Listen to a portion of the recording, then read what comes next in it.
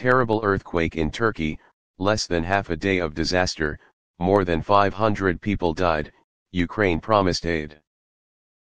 A devastating 7.8 magnitude earthquake, which struck early in the morning of February 6 in southern Turkey and northern Syria, has now claimed the lives of at least 560 people. According to AP, by the early afternoon of February 6, Vietnam time, the number of victims in Turkey and neighboring Syria in this earthquake had reached more than 568. According to the Syrian Ministry of Health, the death toll in the country in the earthquake is now 237 and more than 600 people have been injured in the provinces of Aleppo, Latakia, Hama, and Tartus.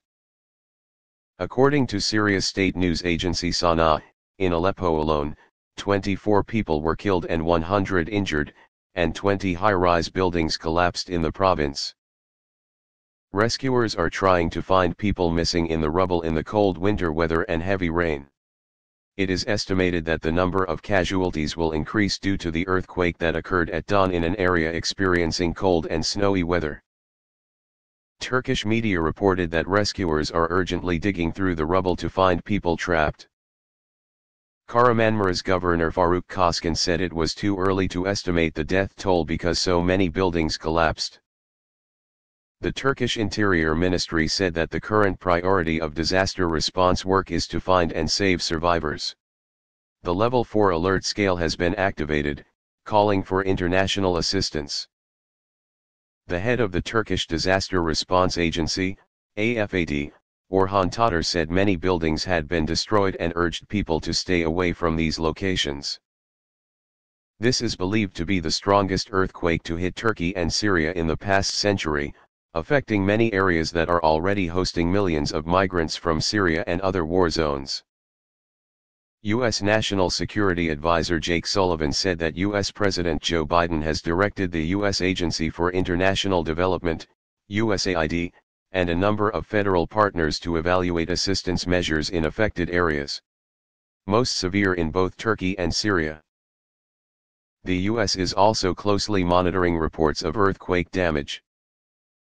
On the same day, Israeli Defense Minister Yoav Gallant announced that the security forces of the Jewish state were ready to provide all necessary assistance to Turkey, while Foreign Minister Eli Cohen confirmed that Israel was prepared to launch an emergency aid program. Ukrainian President Volodymyr Zelensky also promptly announced that Kiev is ready to provide necessary support to friends of Turkey after the earthquake. On Twitter, Mr. Zelensky expressed shock by the news of hundreds of casualties in the earthquake in Turkey. We extend our condolences to the families of the victims and wish the injured a speedy recovery.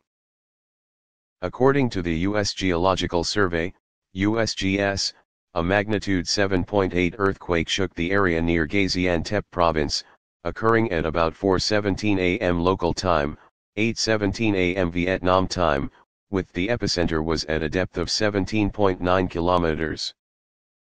According to the agency, many aftershocks were detected after the earthquake, with one aftershock measuring up to 6.7 magnitude. Meanwhile, AFAD said the 7.4 magnitude quake struck near Kahramanmaraş and Gaziantep, near the Syrian border. The capital Ankara, 460 kilometers from the epicenter, also felt the aftershock.